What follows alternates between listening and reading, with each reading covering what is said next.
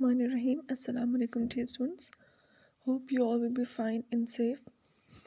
जैसा कि आपको पता है कि ऑनलाइन क्लासेस स्टार्ट हो गई हैं and we will continue our course syllabus until जब तक ये कंप्लीट नहीं हो जाता, ठीक है।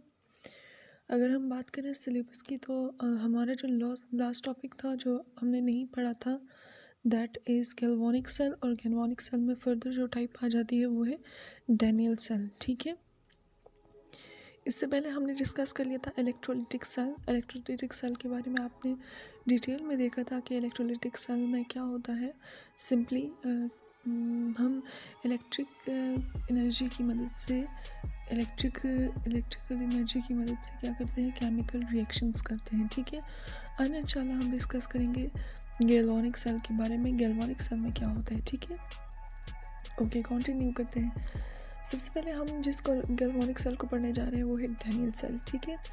जो मेन डिफरेंस है इलेक्ट्रोलिटिक सेल और गैल्वानिक सेल का वो ये है कि इलेक्ट्रोलिटिक सेल जो है वो कन्वर्ट करता है इलेक्ट्रिकल एनर्जी को केमिकल एनर्जी में, जबकि जो गैल्वानिक सेल है वो क्या करता है, केमिकल एनर्जी को इलेक्ट्रिकल एनर्जी में कन्वर्ट करता है। इसका मतलब ये हुआ कि जितने भी गैल्वानिक सेल्स हैं वो रिस्पॉन्सिबल हैं करंट जनरेट करने के लिए। फॉर एग्जांपल अगर ये हमारे पास गैल्वानिक सेल है तो इसका काम क्या होगा, केमिकल चेंजेस की मदद से इलेक्ट्रिसिटी प्रोड्यूस करना, ठीक है। अगर हम इस डैनियल सेल को देखें तो Daniell cell was the first wet cell battery. ये पहली बैटरी है जो वेट सेल है, ठीक है, जिसके अंदर केमिकल्स होते हैं। इससे पहले भी मैंने आपको बताया था वेट सेल और ड्राई सेल क्या होते हैं। आप जो रिमोट्स वगैरह में यूज़ करते हैं उनके अंदर केमिकल्स नहीं होते, सिंपली उनके अंदर इलेक्ट्रोड्स होते हैं जो किसी मेटल से मिलके बने होते हैं और वही रिस्पॉन्सिबल होते हैं इलेक्ट्रिसिटी जनरेट करने के लिए। तो उनको हम कहते हैं ड्राई सेल। जबकि ये जो सेल्स हैं जो इलेक्ट्रिसिटी जनरेट करते हैं इनको हम क्या कहते हैं, वेट सेल्स, क्योंकि यहाँ पे लिक्विड केमिकल्स डाले जाते हैं, वो रिस्पॉन्सिबल होते हैं करंट जनरेट करने के लिए, ठीक है।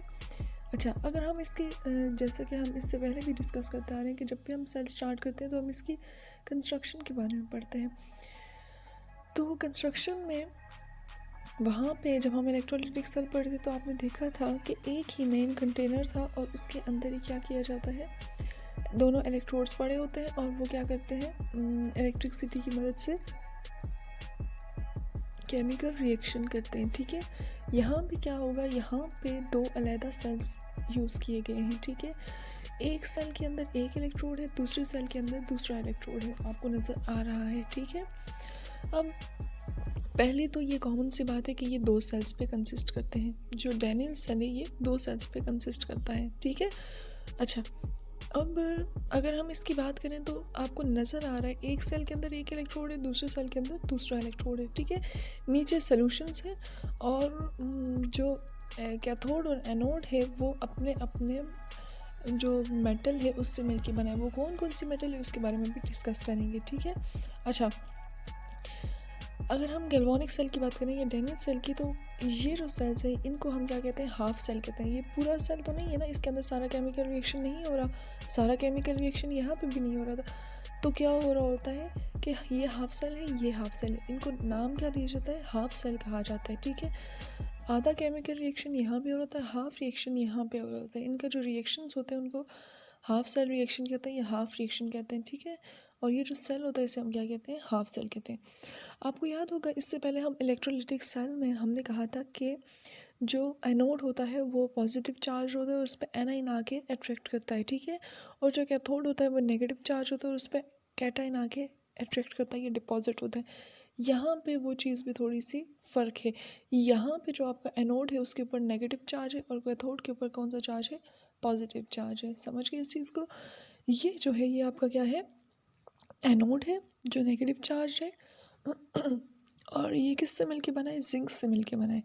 ये आपका कैथोड है जो पॉजिटिव चार्ज है और ये कॉपर से मिलके बना है, ठीक है। याद रखिएगा जो इलेक्ट्रोड जिस मेटल से मिलके बना है उसी का सोल्यूशन भी नीचे पड़ा होगा कंटेनर में या सेल में, ठीक है।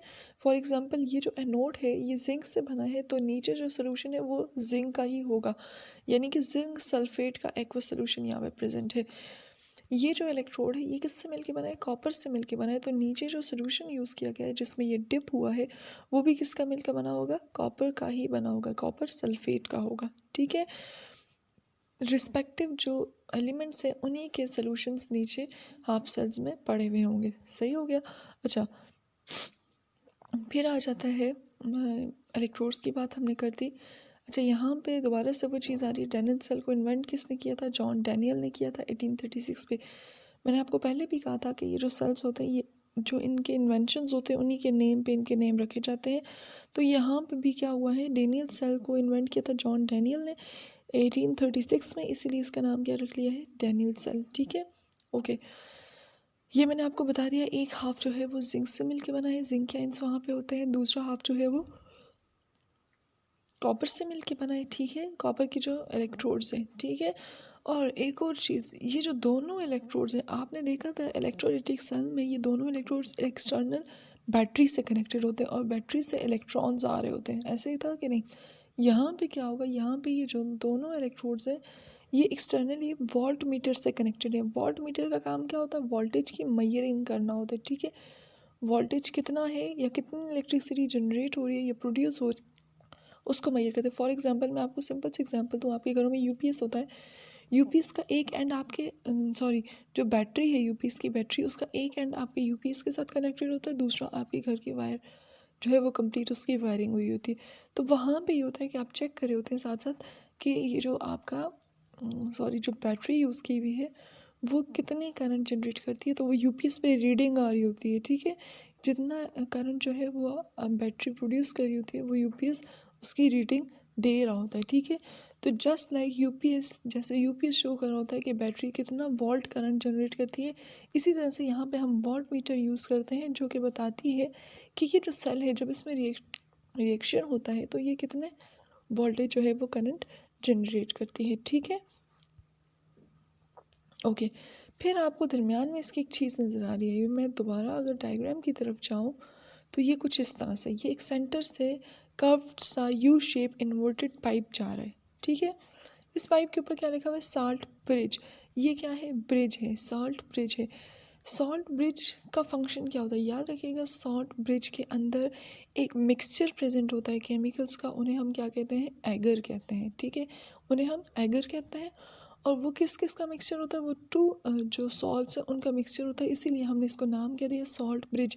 इसके अंदर सॉल्ट्स प्रेजेंट होते हैं, पोटाशियम सल्फेट प्रेजेंट होता है और सोडियम सल्फेट प्रेजेंट होता है, ये आ जाता है।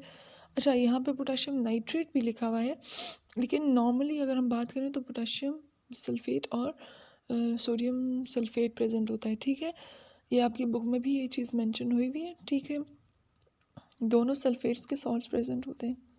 अच्छा, इसके साथ साथ आपको बता दिया गया आगे वोल्ट मीटर प्रेजेंट है। ठीक है, हम जो है वो आगे जाके देखते हैं कि इसका फंक्शन क्या होता है। अच्छा, अब रिएक्शन स्टार्ट होगा तो क्या होगा, सिंपल सी बात ये है कि अगर हम रिएक्शन की तरफ जाएं तो रिएक्शन जब स्टार्ट होगा तो होगा ये कि जो आपके पास, फॉर एग्जांपल ये आपके पास हाफ सेल है, मैं अगर इसे जूम कर दूँ, ये आपके पास जिंक था। ठीक है, जिंक का क्या था, एनोड था, कॉपर का कैथोड था। जिंक नेगेटिव चार्ज था, कॉपर पॉजिटिव चार्ज था।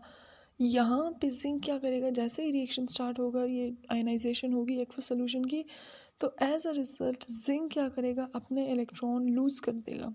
सही है, ठीक है, जिंक जब अपने इलेक्ट्रॉन लूज़ करेगा तो यही इलेक्ट्रॉन्स जो हैं, और याद रखिएगा ये जो एक चीज़ जो सॉल्ट ब्रिज है उसका फंक्शन ये है कि ये जो मिक्सिंग है इस सोल्यूशन की मिक्सिंग ना हो आपस में। ठीक है, इलेक्ट्रॉन्स का फ्लो ज़रूर हो। ठीक है, और दूसरी चीज़ ये आ जाती है कि इसके अंदर जो सॉल्ट है वो यहाँ से कैरी करता है, इलेक्ट्रॉन्स को कैरी करके लेके जाता है। ठीक है, लेकिन अब जब रिएक्शन स्टार्ट होगा तो होगा क्या, जिंक जो है वो अपने इलेक्ट्रॉन लूज़ करेगी, जिंक पे सिंपली ऑक्सीडेशन होगी। जिंक है आपके पास एनोड, और एनोड पे ऑक्सीडेशन होगी, और जब एनोड पे ऑक्सीडेशन होगी तो रिएक्शन क्या होगा, जिंक। अच्छा, यहाँ पे इन्होंने कुछ और ही कॉन्सेप्ट शो किया हुआ है कि जिंक में ये लोग इलेक्ट्रॉन की एडिशन कर रहे हैं, तो ऐसा नहीं होता। ठीक है, ये रिएक्शन बिल्कुल ठीक है। इसमें क्या हो रहा है, जिंक क्या कर रहा है, जो सॉलिड है इलेक्ट्रोड वो इलेक्ट्रॉन रिलीज़ कर रहा है और इलेक्ट्रॉन रिलीज़ करने के साथ साथ वो खुद जा रहा है आयनिक स्टेट में, ठीक है। और जैसे ही वो आयनिक स्टेट में जा रहा है तो वो 0.76 वोल्ट का करंट जनरेट कर रहा है, ठीक है। अगर हम कॉपर की बात करें, अब कॉपर क्या था आपके पास, कॉपर कैथोड था। यहाँ पे प्रॉपर हर चीज़ मेंशन है कि जिंक जो है वो एनोड है, नेगेटिव चार्ज है, और कॉपर कैथोड है, पॉजिटिव चार्ज है, ठीक है। अब जिंक एनोड है, कॉपर कैथोड है, तो सिंपली होगा क्या कि एनोड पे ऑक्सीडेशन होगी, कैथोड पे रिडक्शन होगी। ऑक्सीडेशन होगी, आपको पता है ऑक्सीडेशन में क्या होता है, लॉस ऑफ इलेक्ट्रॉन। जिंक अपने इलेक्ट्रॉन्स लूज़ करेगा, ये इलेक्ट्रॉन्स यहाँ से ट्रांसफ़र होंगे वोल्ट मीटर से। वोल्ट मीटर से जैसे ही गुजरेंगे तो क्या होगा, वोल्ट मीटर रीडिंग शो करने लग जाएगा। और जैसे ये आपको पता है ना, इलेक्ट्रिसिटी कब जनरेट होती है, जब फ्लो ऑफ इलेक्ट्रॉन्स होते हैं। ये फ्लो ऑफ इलेक्ट्रॉन्स होंगे वोल्ट मीटर से, और जब ये यहाँ से यहाँ आएगा तो ये क्या होगा, कॉपर पे रिडक्शन होगी। रिडक्शन का मतलब गेन ऑफ इलेक्ट्रॉन। कॉपर पे जब गेन ऑफ इलेक्ट्रॉन होगा तो गेन ऑफ इलेक्ट्रॉन के रिजल्ट में बता रहे हैं कि कॉपर 0.34 वोल्ट जो है वो करंट जनरेट करेगा, ठीक है। अगर हम जैसे हम पहले कहते हैं reaction, half reaction at anode, ये आ जाता है कैथोड। ओवरऑल रिएक्शन क्या है, इलेक्ट्रॉन्स जो प्रोडक्ट में और रिएक्टेंट में इनको कैंसिल कर दें तो सिंपली आपके पास होगा copper ions plus zinc will gives us zinc ions plus copper, ठीक है। सिंपली आपके पास ये होगा कि कॉपर जो है वो क्या कर लेगा, कॉपर इलेक्ट्रॉन गेन कर लेगा और जिंक इलेक्ट्रॉन लूज़ कर देगा। जिंक में ऑक्सीडेशन होगी, कॉपर में रिडक्शन होगी, और इन्हीं फ्लो ऑफ इलेक्ट्रॉन्स की वजह से एज अ रिज़ल्ट क्या होगा, as a result electricity generate हो जाएगी, ठीक है। ये अगर हम बात करें तो ये ओवरऑल रिएक्शन है, जिंक सॉलिड प्लस कॉपर आइन will gives us zinc ions plus copper solid, ठीक है। यहाँ पे आप ये चीज़ भी पूछ सकते हैं कि ये कॉपर आइन कैसे आया है, जबकि यहाँ पे तो सेल में तो कॉपर आइन की बात नहीं हो रही।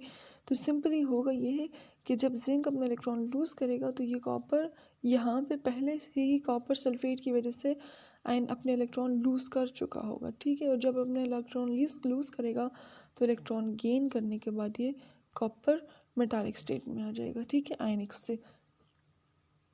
तो ये सारा प्रोसेस है डीनियल सेल का, जो कि रिस्पॉन्सिबल है इलेक्ट्रिसिटी जनरेट करने के लिए।